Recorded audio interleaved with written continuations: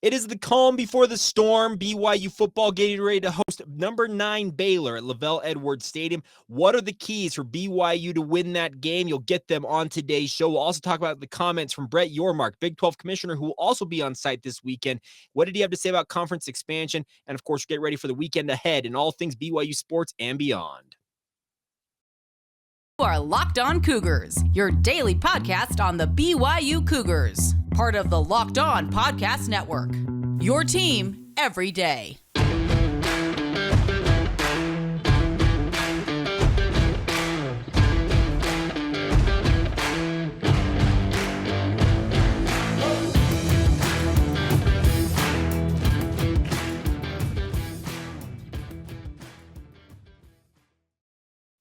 What is up, my friends? I'm Jake Hatch, your host here on Locked On Cougars, your resident BYU insider. Thank you for making us your first listen of the day. Always appreciate us checking out the show. We are very proud to be part of the Locked On Podcast Network. The motto is your team every day, and as such, this is your only daily podcast focused on the BYU Cougars. Our title sponsor today is our friends over at BetOnline. They've got you covered all season long with more props, odds, and lines than ever before. That's BetOnline, where the game starts. We'll actually talk a little bit more about the line for BYU and Baylor here in a moment. But real quick, by way of introduction for any of you who may be checking us out for the very first time, my name is Jake. I work for the KSL Sports Zone in Salt Lake City, Utah, as the executive producer of DJ and PK. And in my off time, I moonlight here as your host, talking all things BYU sports. So thank you for taking the time to check us out. The goal here, simply stated, is to make you the smartest Cougar fan out there when you listen to this show. So let's dive right in and talk about BYU and Baylor, the 21st ranked Cougars welcoming the 9th ranked Bears to LaVell Edwards Stadium tomorrow night. 8:15 p.m. kickoff, obviously subject to slide because ESPN usually tries to put these games so close together, and they typically will overrun. So a slide to 8:20 or 8:25 local time is not out of the question.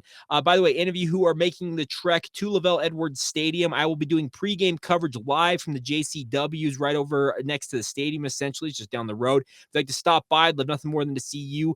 Come by, shake hands, etc. Alex Curie and myself will be getting ready for the game. You can tune into that on 97.5 FM, the KSL Sports Zone. Should be a fun thing to do there.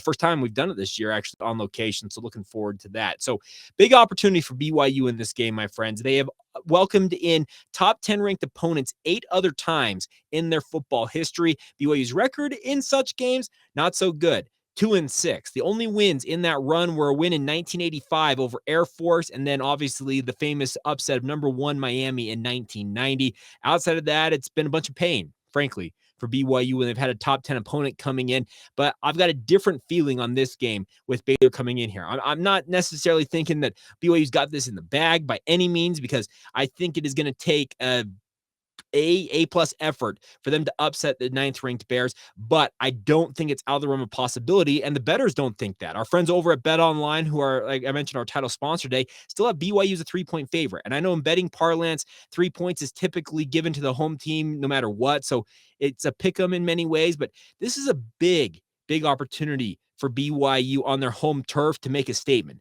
The game in Waco last year was an embarrassment for BYU. And that's the gist I have gotten from players, coaches, and everybody else I've talked to around this program, is they want nothing more than to prove that Waco fiasco a year ago, it's completely the outlier versus what BYU will be going into the Big 12. This is a huge measuring stick game for the BYU football program. So it begs the question, what is it going to take for BYU to spring the upset? Well, I've got a few things in mind, and we'll go number one here. Number one, BYU has to hold Baylor under 200 yards rushing.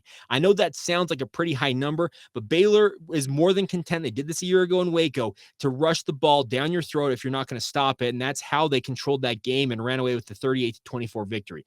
If BYU can hold the Bears to under 200 yards rushing, heck, even 150 yards rushing, I think BYU gets the win. I think it's really that simple in many ways. Second thing, now, the question will be with regards to BYU's offense, who is available at the wide receiver position? All I have heard all week long is that it's going to really be a game-time decision. What Aaron Roderick said on Wednesday, saying that if I knew, I wouldn't tell you, and it might be a game-time decision, that's what I'm hearing on both Gunnar Romney and Puka Nacua. Now, let me inject my personal opinion on this matter. If Puka Nacua was simply sitting out just precautionary reasons, etc., against USF, I am expecting him to play. I am expecting him, unless the doctors come to him and say, you cannot play, we will not medically clear you to play in this game, I expect that he will be on the field Saturday night. Now, with regards to Gunnar Romney, you can go out there. You can find exactly what's wrong with him. It's been on the internet for a hot minute. I'm not going to lift the lid on it because there's HIPAA regulations and whatnot. I don't want to find myself running into any issues there. But the biggest thing for Gunnar Romney is once the doctors sign off on him being cleared to play, he will return to action. It's just a matter of time when the scans that come back clear him and he's cleared to resume football activities. It's as simple as that. He's chomping at the bit to play. He's been on my radio station twice the last 2 weeks. The question has come up each time. You ready to play? Yeah. And you can hear it in his voice. He is eager to get out on the field. And anybody who, and let me be very clear about this, anybody who thinks that Gunnar Romney might be mailing it in, you did not watch Gunnar Romney last year. This dude missed less than a week with a sprained MCL and played the very next week after getting rolled up in that Arizona game. He came back the very next week against Utah, played with a brace, braced it up, beat all the odds, and played. Had that injury happen again to the same knee later on in the season, missed minimal time then as well. It is taking the doctors from keeping Gunnar Romney off the field. So I think that Puka Nacua plays. I'm not so sure about Gunnar Romney, but they're going to give each of these guys every bit of opportunity to be ready for this game. BYU understands they need their best weapons in this matchup. This is a Baylor team, offensive line and defensive line. They return a lot of their studs in the trenches. This is also a Baylor team that lost a lot of its skill talent. Both of its star running backs from a year ago, its star wide receiver and Tyquan Thornton, both starting safeties, at least one starting cornerback off of what was a pretty stellar defense a year ago for Baylor, are all gone. They've had to reload that. It is an opportunity for BYU skill talent to level the playing field here a little bit, in my opinion, just because of how early in the season it is, but you need your best talent on the field. Should a guy like Gunnar Romney and or Puka Nacua not be available, expect guys like Dallin Holker, Chase Roberts, Keanu Hill, expect those guys to step up in their stead. This BYU team, I guess this is key number 3, they're highly motivated going into this game. I've got a vibe all week long from my time at practice and just my overall conversations with people around the program is that they've had this circled all summer long. I know that USF was the first game and they had to focus on that, but this game, this Baylor matchup in week 2, the home opener in front of the home faithful there at LaVell Edwards Stadium, they have had this circled for quite some time. They are so excited to get some revenge, hopefully, on the Bears, but it's not going to be easy. Dave Aranda has built a very steady program there in Waco, and it's led obviously by Jeff Grimes, and you've got Eric Mateos, a former BYU assistant. There's institutional knowledge on both sides of this. Dave Aranda has worked with Kalani Sitake. He's worked with Elisa Tuyagi. The staffs from both Baylor and BYU are very familiar with one another. Max Tooley, you heard it on yesterday's podcast. If you listen to that, our exclusive conversation with him, he talked about the fact that the offense has kind of been joking with the defense this week. You ready to face us in a real game? Because let's be honest, the offense that Jeff Grimes run is very similar to Aaron Roderick. Aaron likes to do a few different variations than what Jeff brought to BYU, but they're very similar. So it's a huge opportunity. Now, a key number 4, you, the fans. This game, I saw somebody tweet last night, so I'm recording this on Thursday night, so it's been tonight, but most of you probably watching and or listening to this on Friday. But on Thursday night, I saw somebody tweet out that around 200 tickets remained in the entirety of LaVell Edwards Stadium for this contest. Obviously, the secondary market will have some tickets out there, but through BYU tickets, less than 200 tickets remain. 63,000 plus fans are going to be at the stadium. You guys, you the fans, anybody within the sound of my voice, you guys need to make the difference. Do what you did against Utah. Do what you did against Arizona State. Make life miserable for Baylor. Make it so they can't communicate on the field. Blake Shapen is still a relatively young quarterback. Does he have a big arm? Abso-freaking-lutely. There are comparisons between Blake Shapen as a young Zach Wilson. I see it on film. He has got a live arm, the ability to really push the ball down the field. And BYU, they need to make it so that he can't communicate with his guys. They're going to have to rely on silent counts, the hand motions. You've got to make the difference in this game. Lose your voice in this contest. And trust me, it's easier for me to say that than to do it. I'm in the media now. I get all that. But you, BYU fans, Cougar Nation, Y'all can make an incredible impact in this game. You don't have to look any further back than that Utah game at Arizona State. Look how the impact you had on those games. You can do the same thing in this contest. I would encourage you, be loud, be proud, be respectful, but have some fun and get rowdy. That's what I would encourage you. Now, I also wanted just to note on Blake Shapen. I really think this is a guy who's got some comparisons as a really young Zach Wilson type quarterback. The reason why he won the job over Gary Bohannon, his ability to move the ball down the field. Gary Bohannon has a decent arm. Blake Shapen has an elite arm. Just on the film that I've seen, he can move the ball around the field. He can make all of the throws. So in the battle of quarterbacks, obviously with Jaren Hall on the other side, Jaren's got to out-duel Blake Shapen, but BYU's defense, they cannot allow Blake Shapen to feel comfortable in that pocket. You've got to move the pocket. You got to force the action. Tyler Batty, Fisher Jackson, Alden Tofa. I don't know who BYU throws out there on the field. They have to get pressure on this young man. Getting sacks is great, but just making it so he can't sit in the pocket and pick you apart with his arm, that is going to be absolutely critical to BYU's chances in this contest. It's going to be an absolute dogfight. I truly believe that. I'll give you my score prediction here a little bit later on as we round out the podcast, but this is a game. BYU is very capable of winning this, but BYU's got to bring their best effort. I actually have very few qualms about BYU's offense in this game. I think BYU is going to run the ball effectively. I think Jaren Hall is going to make plays with his arm and with his feet. I actually think that the bigger key in this game is for BYU's defense to give more opportunities to the Cougars offense than what Baylor has offensively. So I know that's kind of simplifying it down to like bare bones stuff, but this is a game that BYU can win, folks. I know that this is a top 10 team. I said BYU's record against top 10 opponents is 2-6 at LaVell Edwards Stadium. They're 5-22-1, I think, all time against top 10 opponents in their football history. So BYU doesn't win these games historically very often. I think this is a game BYU can pick off. Baylor's got a lot of question marks. They played UAlbany, the Great Danes, out of the great state of New York last week. BYU, I think, was far more impressive just based on the level of competition, in my opinion. I might be biased, but this is a game BYU can win. And you got to just go out there, play your game, handle your business offensively, hope to heck that the defense, the strides, at least that we saw in moments early on in that game against USF, because I think BYU relaxed a little bit in the second half and things got a little haywire there in the third quarter against USF. But more of what I saw in the first quarter when BYU's defense was ferocious. They were moving the pocket, bringing blitzes. Guys like Keenan Peely, Ben Bywater, Peyton Wilgar are just absolutely pummeling dudes on tackles. That's what you want to see. You want to see the defensive effort you saw early on last season against Arizona, Arizona State, Utah. You want to see that.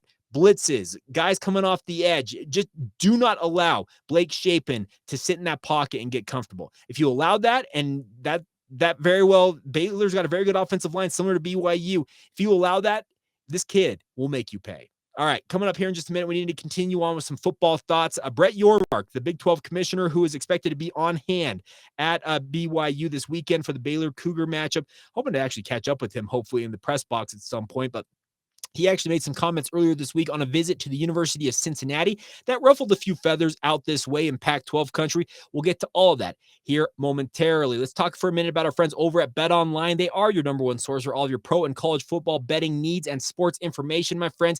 As we mentioned a little earlier on, BYU a 3-point favorite against the Baylor Bears. The money line actually coming in on BYU to get the game, actually. So if you want to get in on that action, get to BetOnline and search it out, my friends. Find all the latest football league developments, game matchups, news, and podcasts, including opening week's games in the NFL. Obviously, week 2.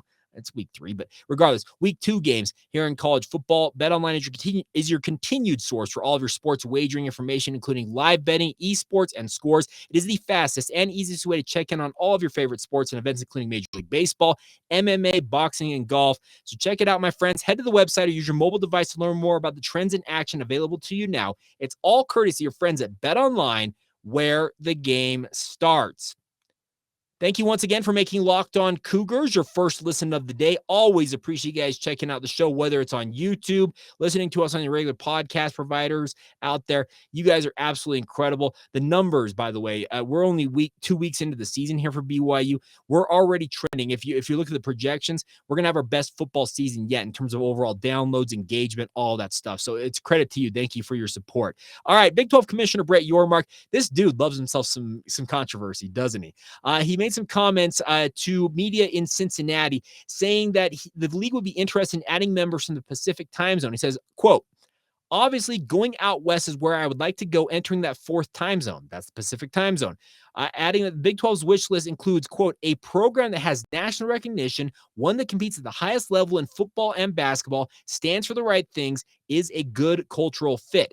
Now, obviously, as I mentioned, those made waves. The Pac-12, no comment on this, whatever. Well, then Brett Yormark told told ESPN that the league leaders in the Big 12 will continue to, quote, bet every option possible to further enhance this conference. So I think this guy is intent on continuing to make headlines. He's keeping the Big 12 in the conversation. And that's the thing about it. Could be all bluster and the Big 12's content with where they stand? Yeah, it could be all bluster, but I'm actually more of the opinion. My opinion is that Brett Yormark, he is intent on making things happen for the Big 12. If he can pick off the Arizona schools, Colorado, Utah, or go get the big fish that remain in the pack, that speaking of Oregon and Washington, I don't think that Oregon's necessarily all that special on the field, but they are a big brand. If you want just overall brand prowess, if you can go pick off some of those teams, go for it. Get yourself to 14 or 16 teams and be that third conference behind the Big Ten and the SEC. This is a power play, folks. It's very apparent where this sport is going. Brett Yormark, he is a guy that I don't know much about him, but the gist I get from him is this is a guy, he's a take no prisoners type. He's from New Jersey. He worked with Jay-Z for Rock Nation, the sports agency that Jay-Z built up. He's very savvy. He kind of walks around with just this air of New Jersey confidence. I work with a guy who's from New Jersey. You guys may know Patrick Kinahan. I kind of get the vibe that PK carries around with them. Just there's a Jersey thing about Brett Yormark that this dude, yeah, it may be all bluster, but he continues to say we're making moves. And you got George Kliavkoff, the Big 12, the Pac-12 commissioner, saying, "Well, we're not sure if we're going to go fishing there." Guess what?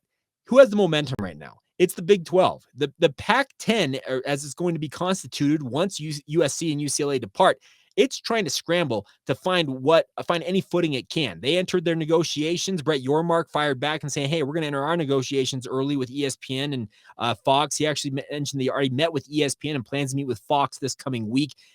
There's a lot of momentum on the Big 12 side in this, and that's a big, big opportunity for the Big 12. BYU obviously going to be a part of that in the future. They can really make a power play here. Here's the thing. The Big 12, John Canzano's out there writing. I've seen him saying that one of those so-called four corner schools ADs is saying, oh, this is all just him trying to speak into a mic and it's all Okay, guess what? If it's all bluster, why in the world are we hearing about Washington and Oregon meeting with Big Ten? They're lawyers. They're meeting to vet potential fits with the Big Ten. You think those schools are loyal to the Pac-10? Absolutely not. They're looking for the next ship out of the conference. And if one or two of those schools bolt, guess what? Everybody else, you got to be looking for your next spot. I think that there are schools in the pack that are at least curious about a potential move to the Big 12. The one that I would kind of stipulate, just kind of reading between the lines, this is just me. I think Arizona's got some real intrigue in this. They can drag Arizona State, obviously. That would make a move. The biggest thing right now for Brett Yormark is he's trying to make sure that his post as Big 12 commissioner is as secure as he possibly can make it. And if he can destabilize another league to secure that, you know what? Them's the business. And like I said, he's got some of that New Jersey in him, and they don't take crap from anybody. It's one of those things. And by the way, with the expanded playoff, getting more teams, making your conference as attractive as possible and making it as competitive as possible gives you an opportunity to seal up more of those 12 teams that'll be in the new expanded college football playoff. I am hopeful, by the way, just real quick on the college football playoff front, that they can get it implemented by 2024. But if it has to wait until 2026, so be it. I'm just happy that we no longer have to deal with a big four that's going to play for the college football playoff. And 3 of those spots seemingly annually are locked up for Alabama, Ohio State, and Clemson. Those are the schools. Georgia has obviously entered that mix as well. Essentially 3 spots for 4 teams on an annual basis. I know that it has not necessarily been all that competitive in the semifinal matchups of the college football playoff era, but you want to give teams hope. A lot of teams, I would say 80%, if not more than that, of college football, when the season starts, in their heart of hearts, know that they have no shot at winning a national title. Now, 12 teams amongst 131 FBS programs, that's still a very small percentage making the playoff, but the very fact that you've giving multiple 3 times as many teams an opportunity to have that dream of playing for the playoff and getting in there and having a chance to compete for that national championship, I think it's a net win for all parties involved. And by the way, the fact that they were going to punt on this and decide, we'll talk about it later. The commissioners out there were like, the Alliance, by the way, the Pac-12 shooting themselves in the foot with that one originally. Then the school presidents that run the college football playoff saying, like, y'all are leaving how many hundreds of millions of dollars on the table? No, we're doing this thing. Get it figured out. They had a meeting yesterday. It sounds like no real concrete plans of when they're going to implement an expansion of the playoff, et cetera, have come out of that. But the sooner they can do that, it's going to be a win for college football in my mind. Maybe I'm wrong about that, but I think that giving more teams hope going into a season of competing for a national championship, and in the case of the Big 12, if you can expand and make yourself maybe that 3rd best conference out there, that's going to give you extra opportunities to have squads inside that college football playoff and get that opportunity to compete for a national title.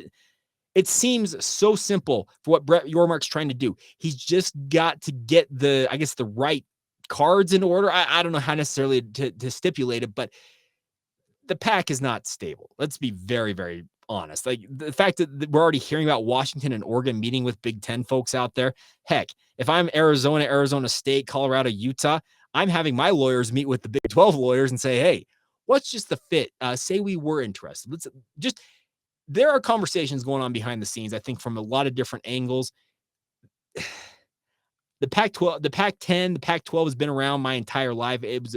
The Conference of Champions. I get all that moniker, but it sure feels like it's on its deathbed in some ways.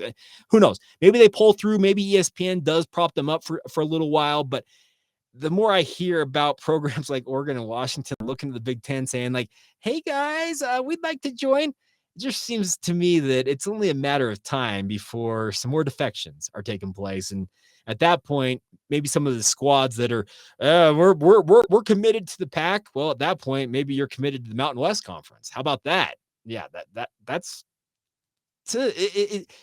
I don't know. I don't mean to speculate so much on this, but it's very much a real thing that's out there. So if Brett Yormark can make something happen and make people happy in the process inside the Big 12, and also stabilize the league and maybe strengthen it in many ways, it seems like a win-win-win all the way around for all parties involved. All right.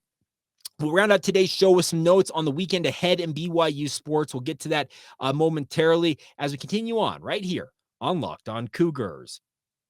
All right, before we go on today's show, I wanted to run down what's going on with BYU sports this weekend, but also need to get you my college football picks from this weekend. I said last week that I'm not doing these against the spread, and then my boss Scott Gerard at the KSL Sports said, Jake, either you do it against the spread or you don't do it at all. Actually, a number of you commented on, said, Jake, I want it against the spread. So, okay, whatever, we'll do that. So here are my picks for this week. So we're obviously going to start off. We'll do my pick for BYU Baylor. And by the way, I want your guys' predictions for this game. Send them in via social media, Facebook, Instagram, or Twitter. You can search out Locked On Cougars. You also can send them to me on Twitter. I'm at Jacob C. Hatch, or email us. LockedOnBYU@gmail.com is the email address. We'd love to hear from you guys. So we got number 9 Baylor, number 21 BYU, late night on ESPN. BYU favored by 3 points in this game. And as I said, folks, BYU is more than capable of winning this game. And that's why I'm picking BYU in a tight one. I've got the Cougars 28, Baylor 24. So BYU, according to the line right now as of recording, it could move,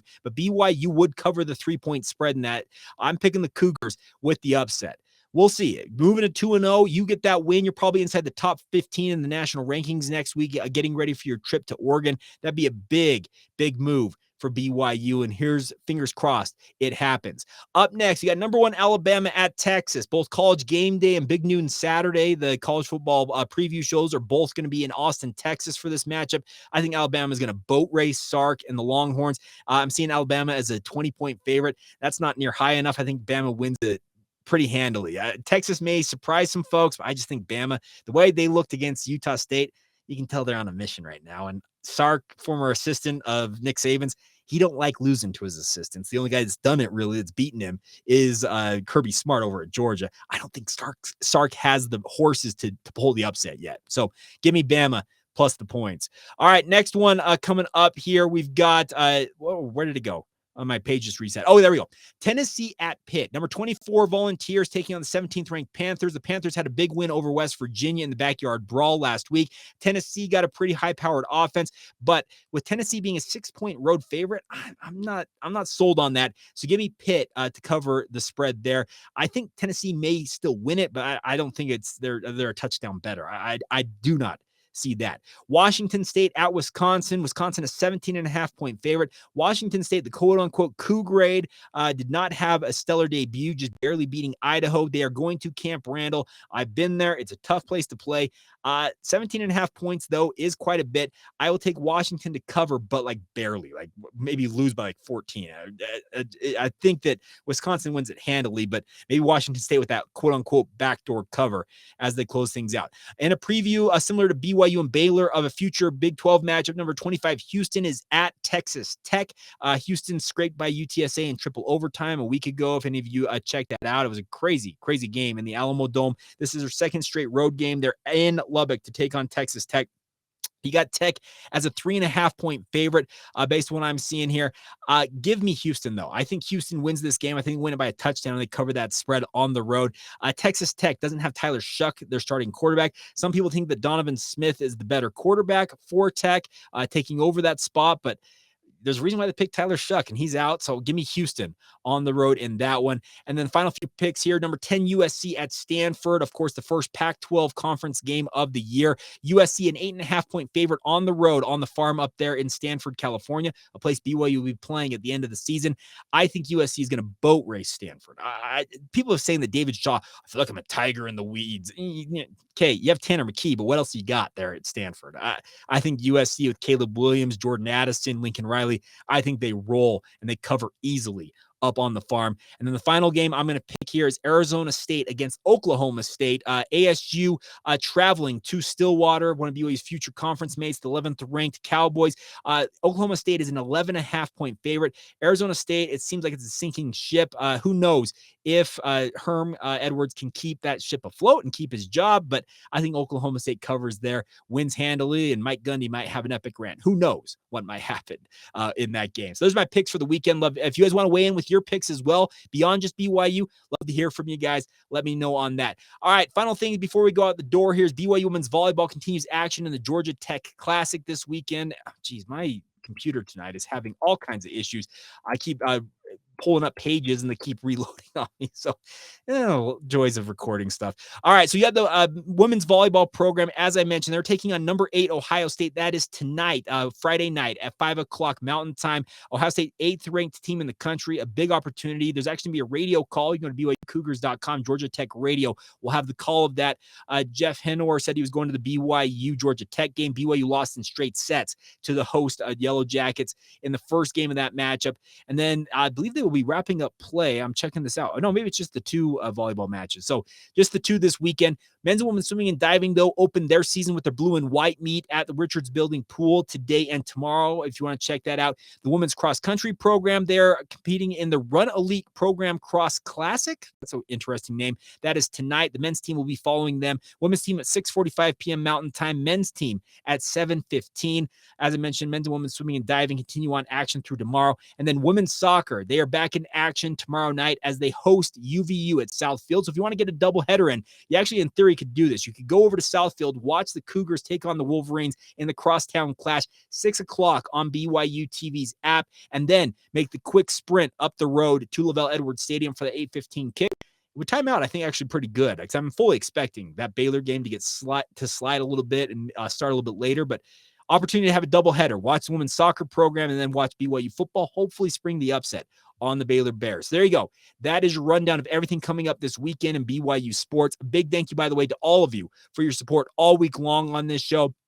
Here's hoping that BYU springs that upset, folks. It was fun to watch the Cougars boat race USF last week. I think tomorrow night's going to be an absolute barn burner. If you're able and you're capable and you're going to the game, make yourselves heard. Like I said, keep it respectful, but get rowdy, get loud, and make it fun out there at LES. I'll be there covering it. Like I said, pregame coverage, I'll be on radio at JCW down there in Provo. Stop by, get a burger, a shake. Love nothing more than interact with you guys. Meet a lot of you out there. I keep meeting a number of you who listen to this show, and frankly, I hope to meet every single one of you at some point in my life. So thank you once again for your support of the podcast. As always, thank you for making us your first listen. If you want more on the Big 12 as a whole, I would encourage you guys to make your second listen. Our friends over on the Locked On Big 12 podcast. Josh Neighbors is your host there every day, checking out and running around the Big 12, making sure you're apprised of all the big stories around that conference. Get that free and available wherever you get your podcast or on YouTube, just like this show. That'll do it for us. Have a great weekend. We'll be back with a postcast edition late tomorrow night. Probably going to be recording that somewhere around 2 or 3 a.m., but at the same time, excited for it. Whatever happens out there between the Bears and the Cougars, we'll have it covered for you right here on Locked On Cougars. See ya.